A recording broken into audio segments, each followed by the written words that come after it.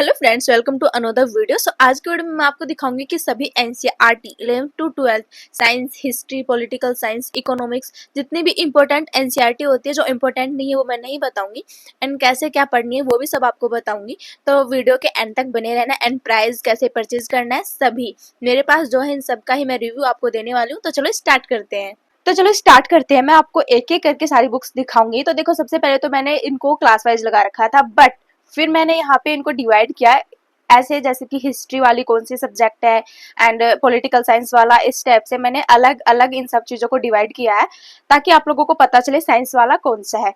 Because ऐसे अगर मैं क्लास वाइज बताती तो शायद आपको थोड़ा समझ नहीं आता। बट जो सबसे ज्यादा पूछे जाने वाला सवाल है कि दीदी साइंस की जो बुक है, मान लीजिए हमें पता है कि आर्ट्स में तो बहुत सारी बुक्स होती है जो हमें चाहिए होती है, लेकिन साइंस में कौन कौन सी साइंस की जो बुक है वो चाहिए होती है। तो सबसे फर्स्ट है यहाँ पे 10th क्लास की विज्ञान की बुक। ये आपको पढ़नी होती है साइंस के लिए, ताकि आपको साइंस थोड़ा सा समझ आए। एंड स्पेशली आर्ट वालों को जरूर पढ़नी चाहिए साइंस की, क्योंकि हमारा साइंस बैकग्राउंड नहीं होता ना, तो हमें पता नहीं होता। तो इसलिए आप ये साइंस की ये वाली बुक है, देख सकते हो, 10th क्लास की। एंड ये है 9th क्लास की साइंस की बुक। ओके, तो ये 9th एंड 10th की इतने ही काफ़ी होते हैं, आप ये पढ़ सकते हो। बाकी 11th 12th की भी आप जा सकते हो, बट मुझे लगता है कि ज़्यादा बहुत सारी बुक्स हो जाएंगी, फिर ज़्यादा टाइम वेस्ट नहीं करना चाहिए। बाकी आप अपना जो करोगे बेसिक उससे कवर हो जाएगा। तो मैंने अभी साइंस की आप लोगों को बता दी है, ठीक है। अभी बात कर लेते हैं ज्योग्राफी की। तो ज्योग्राफी के लिए आती है ये 3 बुक्स। वैसे ज्योग्राफी की 11th और 12th की 4 बुक आती है, वो चारों ही इंपॉर्टेंट होती है, बट यहाँ पे मेरे पास एक बुक है, और जैसे कि मैं 3 ही बुक्स पढ़ती हूँ तो इसीलिए मैं आपको 3 ही बुक बता रही हूँ। तो सबसे पहले है ये 11th की, ये दोनों बुक बहुत ही इंपॉर्टेंट है, भौतिक भूगोल के मूल सिद्धांत एंड भारत भौतिक पर्यावरण। एंड पिछली वीडियो में आप पूछ रही थी ज्योग्राफी की, आपने बताया नहीं कौन सा रिसोर्सेज है, कौन सी बुक है। तो देखो, मेरे लिए ज्योग्राफी की यही मोर देन इनफ है, 11th और 12th की दोनों चारों बुक, ठीक है। एंड फिर 12th की है ये मानव भूगोल के मूल सिद्धांत। तो ये 3। एंड जो चौथी वाली बुक है वो ऐसे कंपल्सरी नहीं है, आप पढ़ भी सकते हो, जरूरी नहीं आपको पढ़ना ही है। तो आई होप आपको ज्योग्राफी की भी समझ आ गई होगी एनसीईआरटी से रिलेटेड। तो देखो, काफी लोग मुझसे ये पूछते रहते हैं कि दीदी एनसीईआरटीज का भी हमें पता होता है, सब बता देते हैं, हमें स्टैंडर्ड बुक्स के बारे में भी सब बता देते हैं, हमें बाकी सारे रिसोर्सेज जैसे प्रीलिम्स मेंस इनके बारे में तो हमें बता देते हैं कि कौन सी चीजें हमको पढ़नी है, बट इंटरव्यू की तैयारी हमें कैसे करनी है ये हमें कोई नहीं बताता है। और हम हिंदी मीडियम से हैं, तो हम इंग्लिश में उस करंट अफेयर को, न्यूज़पेपर को कैसे कवर करें, क्योंकि हमें इंग्लिश बिल्कुल भी नहीं आती है। और काफी लोग बोलते हैं कि हिंदी मीडियम वालों का तो सिलेक्शन ही नहीं होता है, इंग्लिश सीखनी पड़ेगी आपको। तो देखो, इंग्लिश सीखने में बुरा ही क्या है। वो सवाल आता है कि दीदी इंग्लिश सीखे कहाँ से, कोई अच्छा सा कोर्स या टीचर कोई मिलता ही नहीं है, सीखे कहाँ से। देखो, कितना भी आप किसी से पढ़ लो, तब तक आप प्रैक्टिस नहीं करोगे, तब तक आपको इंग्लिश सही से बोलनी नहीं आएगी। रही बात इंटरव्यू की, तो मैं आपको बताती हूँ आप इंटरव्यू की तैयारी कैसे कर सकते हो, और इंग्लिश भी अपनी बेसिक टू एडवांस कैसे ले जा सकते हो। देखो, ये है स्पार्की एआई ऐप, जहाँ पे ये फ्रेंडली फोक्स होते हैं, जहाँ से आप अपनी इंग्लिश को इम्प्रूव कर सकते हो। आप अपनी इंग्लिश को बेसिक्स टू एडवांस तक अच्छे से अपनी इंग्लिश को प्रिपेयर कर सकते हो। और रही बात इंटरव्यू की, तो इन्होंने एक न्यू अपडेट निकाला है जिसमें ये इंटरव्यू कोच भी इन्होंने ऐड किया है। तो मैं आपको एक बार दिखा देती हूँ। ये देखो, सबसे पहले अगर आप इसको खोलोगे तो यहाँ पे आएगा इंटरव्यू कोच। तो सबसे पहले मैं इस पे क्लिक करती हूँ। इसमें आपको ढेर सारे ऑप्शन मिलेंगे। अब ये देखो, अगर आप किसी अनोदर एग्जाम की तैयारी करते हो, इसमें इंटरव्यू पूछा जाता है। जो प्राइवेट जॉब होती है, कंपनियां होती है जो इंटरव्यूज लेती है, उनकी तैयारी कर रहे हो, सबके लिए आपको ये प्रिपेयर कराता है। तो सबसे पहले मैं तो यूपीएससी की करती हूँ, तो मैंने यहाँ पे ये देखो यूपीएससी लिखा हुआ है, आप सर्च कर सकते हो। यूपीएससी मैंने डाल दिया है, ठीक है। उसके बाद मैंने इसको सर्च किया यूपीएससी पे। अब आपको बताना है कि आपका यूपीएससी में कितने साल का एक्सपीरियंस है। अगर आपको बिल्कुल भी नहीं है तो 0 से 1 सुनना है। मुझे 1 से 2 साल का है, तो मैं 1 से 2 साल यहाँ पे सिलेक्ट कर लूंगी। अब आपको यहाँ 3 ऑप्शंस देखने को मिलेंगे। तो यहाँ पे मैं सबसे फर्स्ट वाला चूज करती हूँ, इनिशियल स्क्रीनिंग, और इसके बाद मैं इसको नेक्स्ट कर दूंगी। उसके बाद यहाँ पे आएगा, ये देख सकते हो आप इसको चेंज भी कर सकते हो अपने अकॉर्डिंग, अगर आपको चेंज करना है, बट मैं यहाँ पे नेक्स्ट करती हूँ। नेक्स्ट करने के बाद अब आता है प्रैक्टिस मोड और इंटरव्यू मोड। तो देखो, मैं इंटरव्यू मोड ऑन करती हूँ। तो अभी आपका इंटरव्यू चालू हो जाता है। तो सबसे पहले मैं अपना इंटरव्यू कंप्लीट करती हूँ, फिर आपसे मिलती हूँ। तो फाइनली मेरा इंटरव्यू कंप्लीट हो गया। एंड यहाँ पे आपको मिलता है कि क्या चीजें आपने गलत की है, क्या चीजें आपने सही बोली है, एंड आप उसको किस तरीके से अच्छे से अपना आंसर दे सकते थे। इस टाइप से आपको ओवरऑल क्या आपने मीनिंग्स गलत बोली है, क्या आपने सेंटेंस गलत कर दिया है, ये सब चीजें आपको यहाँ पे ये अपना फीडबैक देगा, जिसको पढ़ के आप अपना वापस से इंटरव्यू इंप्रूव कर सकते हैं और फिर से अपना इंटरव्यू दे सकते हैं। मेरी इंग्लिश को सुधारने में इसने बहुत ज्यादा मेरी हेल्प की है। और आप इस पे इंटरव्यू के अलावा अपनी इंग्लिश प्रैक्टिस भी कर सकते हो, अनदर क्वेश्चंस आंसर भी इससे कर सकते हो। अपनी बेसिक जो आप सेल्फ इंट्रोडक्शन देते हो, या अनदर कोई यूजुअली हम इंग्लिश बोलते हैं उसका भी आप इस पे प्रैक्टिस कर सकते हो। तो लिंक मैंने डिस्क्रिप्शन में दिया है, गो फॉर चेकआउट, एक बार चेक जरूर करो। खुद आप मुझे आके कमेंट में बोलोगे दीदी ये बहुत ही हेल्पफुल है, और हाँ फीडबैक जरूर देना एक बार चेक करके कि आपको ये ऐप कैसा लगा। फर्स्ट आती है जैसे कि 11th क्लास की राजनीतिक सिद्धांत। ये राजनीतिक सिद्धांत जैसे कि सामाजिक न्याय से रिलेटेड जो चीजें हैं सॉरी वो पता चलेगा। इसके सारे मतलब आपको टॉपिक पढ़ने नहीं होते हैं। सामाजिक न्याय वाला एक टॉपिक है, वो सामाजिक न्याय वाली जो हमारा सब्जेक्ट आता है उसके लिए बेस्ट होता है। तो मतलब आप जब लेके आओगे ना तो आपको पता चल जाएगा। मैं आपको दिखा भी देती हूँ। तो ये रहा अध्याय 4 सामाजिक न्याय। तो इस टाइप से समानता, स्वतंत्रता, मतलब अच्छी है बुक। अगर आप पढ़ोगे तो आपके जो बेसिक है वो अच्छे से आपका कवर होगा। उसके बाद आता है समाज का बोध। तो ये समाज का बोध है जिसमें ये बुक आती है, देख सकते हो। ये 11th क्लास की है। तो ये भी आपके मतलब जो सामाजिक होता है उससे रिलेटेड जो चीजें आपका बेसिक कवर करता है, आपको समझाता है थोड़ा सा। तो ये एनसीईआरटी मतलब उस चीज के लिए हुई।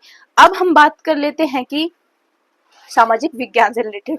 तो देखो ये क्लास तो इधर उधर लगी हुई है, अभी मैंने इनको जैसे कि एक किया तो थोड़ा सा मैं आपको बता दूं। ये आती है क्लास 10th की सामाजिक विज्ञान, भारत और समकालीन विश्व। देखो अभी देख लेना कौन कौन सी बुक्स है अभी, जैसे कि अच्छे से जब मैं बता रही हूँ आप लोगों को आप लिख लेना। तो इस टाइप से है। एंड ये देख सकते हो ये सारी लेटेस्ट अभी अपडेटेड जो एनसीईआरटी है वो वाली है। एंड कुछ लोग पूछते रहते दीदी न्यू वाली पढ़नी जरूरी होती है या ओल्ड वाली। तो देखो मैं कहूँगी न्यू वाली पढ़ना, क्योंकि न्यू वाली ही ज्यादा बेटर होती है। एंड मैंने भी काफी टॉपर्स की वीडियो देखी तो उन्होंने भी न्यू वाली रिकमेंड किया है इसीलिए। एंड फिर आती है सामाजिक ज्ञान, भारत और समकालीन विश्व, भाग फर्स्ट। ये कक्षा 9 के लिए है, इतिहास की। देखो ये सभी मैंने सामाजिक विज्ञान से रिलेटेड जो छोटी क्लासेस की वह रखी है, एंड जो बड़ी क्लासेस की वो मैंने साइड में रखी है, वो मैं आपको दिखा दूंगी। एंड देखो ये सब देख सकते हो आप। एंड मैं प्रिंट आउट भी आप लोगों को दिखा देती हूँ इनका। ये देखो ये सारी बुक्स ना ओरिजिनल है, लेटेस्ट अपडेट की। जो भी आप क्लासेस में पढ़ते थे वो अपडेटेड क्लासेस है जो स्कूलों में भेजी जाती है, वो वाली एनसीईआरटी है। और जो आप ऑनलाइन देखते हो ना, मतलब मुझे कॉमेंट आते रहते हैं कि दीदी जो ऑनलाइन हम देख रहे हैं वहाँ पे ये सस्ती है इतने मिले, क्योंकि वो सस्ती मिलती है। क्यों? क्योंकि वो प्रिंट आउट होते हैं। और उनमें से आप उनके नीचे जाके रिव्यू देखना, और उसमें इतनी सारी बुक्स है जो गायब रहती है उनके बच्चों की देखना। अब वो रिटर्न नहीं हो सकती है तो अब पछता रहे हैं लोग। सस्ते की चीज में वो सस्ते में भी मतलब वो इतनी महंगी पड़ गई है कि वो पैसे भी वापस नहीं मिल रहे हैं। एंड उनका प्रिंट आउट है। तो जैसे अगर आप दो मतलब ज्यादा से ज्यादा उसको अगर आप 1 महीने भी पढ़ोगे, अगर ऐसे ऐसे हुई तो जैसे कि प्रिंट आउट का जो पेज होता है इस टाइप से उसका सारा वो हो जाएगा, समझ रहे हो आप। और उनकी पेजेस क्वालिटी भी बिल्कुल अच्छी नहीं है, मतलब क्योंकि वो प्रिंट आउट वाली है। क्योंकि जो ओरिजिनल है उनका प्रिंट आउट किया हुआ है, और प्रिंट आउट सस्ता ही मिलता है। तो इस टाइप से। और आधी बुक्स तो उसमें गायब भी है। तो वो तो बहुत मतलब खुद का फायदा करें लेकिन आपका नुकसान हो जाएगा। तो इस टाइप से ये देख सकते हो। एंड और दिखाती हूँ मैं आपको। फिर है सामाजिक विज्ञान, सामाजिक एवं राजनीतिक जीवन। ये भाग सेकंड है। अभी देख लो स्क्रीनशॉट लेके रख सकते हो, मैं आपको दिखा रही हूँ। फिर है सामाजिक विज्ञान, पृथ्वी हमारा आवास। एंड ये इतनी पतली पतली बुक्स है ना। देखो अगर आप दिन का 2 बुक्स भी पढ़ते हो ना स्टार्टिंग में, मतलब कि बहुत हो जाएगा। ये भी यार 3 भी पढ़ सकते हो आप, अच्छे से कवर कर सकते हो उनको। इनका रिवीजन भी करना कितना आसान है। तो ऐसा नहीं कि 6 to 12 तक एनसीईआरटी, अरे यार कितनी सारी है कैसे पढ़ेंगे। नहीं, ये बहुत ही इतनी बल्कि नहीं होती, बिल्कुल थिक थिक होती है। उसके बाद आता है सामाजिक एवं राजनीतिक जीवन फर्स्ट। ये क्लास 6 की है, अभी दिखा रही हूँ। जब आप मंगवाओगे देखोगे तो आपको खुद ही पता चल जाएगा। फिर है सामाजिक विज्ञान, हमारा पर्यावरण। देखो कितनी पतली सी है। एंड प्रिंट आउट सबकी ही मैं दिखा देती हूँ जल्दी, क्योंकि वीडियो लॉन्ग हो जाएगा ना फिर। सामाजिक विज्ञान समकालीन भाग फर्स्ट, ये कक्षा 9 की है। फिर आती है कक्षा 8 की सामाजिक विज्ञान, संसाधन एवं विकास। जो 6 से लेके 10 तक है ना, वो तो मतलब मोस्टली बिल्कुल थिन थिन है। 1 महीने भी अगर आप इनको दोगे तो आपकी कंप्लीट पढ़ाई भी हो जाएगा, रिवीजन भी हो जाएगा अच्छे से। एंड ये भी मैंने आपको दिखा दी। उसके बाद आता है सामाजिक विज्ञान, हमारा अतीत, भाग 2। ये कक्षा 7 की है। ये सारी बुक्स जो आपको दिखा रही है सामाजिक और जैसे पॉलिटिकल, आप जब हिस्ट्री पढ़ोगे स्पेक्ट्रम वगैरह तो आपको न्यू न्यू नहीं लगेगा और थोड़ा इजी होगा पढ़ने में। फिर आता है लोकतांत्रिक राजनीति, भाग 2। कक्षा 10 के लिए है, ये देख सकते हो आप। फिर आता है लोकतांत्रिक राजनीतिक, भाग फर्स्ट। ये कक्षा 9 की है। फिर आता है सामाजिक विज्ञान, समकालीन भारत। ये भाग 2 है, कक्षा 10 की। फिर आता है सामाजिक एवं राजनीतिक जीवन, ये भाग 3 है, कक्षा 8 के लिए पाठ्य पुस्तक। देख सकते हो सभी की ओरिजिनल प्रिंट आउट है। फिर से दिखा देती हूँ आप लोगों को। फिर आता है सामाजिक विज्ञान, भारत के अतीत, भाग 3, कक्षा 8 की। तो ये सारी हो गई हमारी सामाजिक विज्ञान से रिलेटेड, एंड ये भी मैंने आपको बता दिया है। और अभी मैं बात कर लेती हूँ पॉलिटिकल्स वाली, जैसे कि पॉलिटिकल साइंस वाली। एक बार दिखा देती हूँ आप लोगों को। ये है क्लास 11th की, भारत का संविधान, सिद्धांत और व्यवहार। 11th और 12th की क्लास की एनसीईआरटी जो पॉलिटिकल के लिए हो गई, ज्योग्राफी के लिए हो गई, ये बहुत ही मतलब इम्पोर्टेंट है। मतलब आपका फायदा ही है अगर इनको पढ़ते हो तो। एंड ये भी देखो, ये थोड़ी थिन होती है, जिनको पढ़ने में भी टाइम लगता है क्योंकि ये इंपॉर्टेंट होती है एंड इनको समझना भी आप लोगों को पड़ेगा, रिवीजन भी करना पड़ेगा, बट ऐसा नहीं है कि एक बार पढ़ोगे ना फिर दोबारा इनको पढ़ोगे तो इजी लगेगी। ठीक है, ये उसके लिए है। उसके बाद आता है ये क्लास 12 की समकालीन विश्व राजनीति। फिर आता है स्वतंत्र भारत में राजनीति, क्लास 12 के लिए। फिर आता है भारत में सामाजिक परिवर्तन एवं विकास, कक्षा 12 के लिए। ओके, ये हो गई हमारी पॉलिटिकल से रिलेटेड, मतलब जो भी चीज़ है इसी में ही मिलेगी आपको। 11th की भी यहाँ पे मैंने अभी आपको दिखाया, अभी और भी है जो मैं आपको दिखाऊंगी, ये वाली भी। तो समाज शास्त्र मतलब अर्थव्यवस्था से रिलेटेड, मतलब ये मिक्स होती है, ऐसे अलग अलग नहीं होती कि ये उस सब्जेक्ट के लिए ही इम्पोर्टेंट है, नहीं। ज्योग्राफी और पॉलिटिकल के लिए मैंने आपको बता दिया, बाकी जो चीज़ें इंपॉर्टेंट है वो जो एनसीईआरटी वो मैं बता रही हूँ आपको, ये आपका सारा ही बेसिक कवर करेगी। फिर होता है 11th क्लास की पाठ्य पुस्तक, ये मैंने आपको दिखाई। फिर आता है समष्टि अर्थव्यवस्था परिचय, ये 12th के लिए है। फिर है भारतीय अर्थव्यवस्था का विकास, मतलब इकोनॉमिक्स वगैरह को समझने के लिए, थोड़ा सा आपको डिफिकल्ट नहीं होगा पढ़ने में, फिर स्टार्टिंग में, कक्षा 11th की है। फिर आता है भारतीय समाज, कक्षा 12th के लिए है, देख सकते हो आप, क्योंकि आपको पता है भारतीय समाज का एक अलग से टॉपिक आता है। फिर आता है वशिष्ठ अर्थव्यवस्था एक परिचय, क्लास 12th की है ये, अर्थव्यवस्था के लिए। काफी लोग पूछते रहते हैं इकोनॉमिक्स की एनसीईआरटी कौन सी हो सकती है, तो अर्थव्यवस्था मतलब इकोनॉमिक्स चीज सुन के वो सोचते हैं पता नहीं वो कौन सी आ गई, लेकिन अर्थशास्त्र होता है, अर्थव्यवस्था जैसे आप बुक्स पढ़ोगे वो इकोनॉमी के लिए ही होती है। तो ये देखो, देख सकते हो आप। उसके बाद है क्लास 12th की भूगोल की, भारत लोग एवं अर्थव्यवस्था, ये है एक, सॉरी, ये भूगोल की बुक जो मैंने अभी उसमें स्टार्टिंग में आपको बताया था, ये है क्लास 12th की, 4 बुक हो गई है ज्योग्राफी की, ये इसमें पता नहीं कैसे रह गई, बट कोई बात नहीं। उसके बाद आर्थिक विकास की समझ, ये क्लास 10th की है, समझ गए होंगे आप।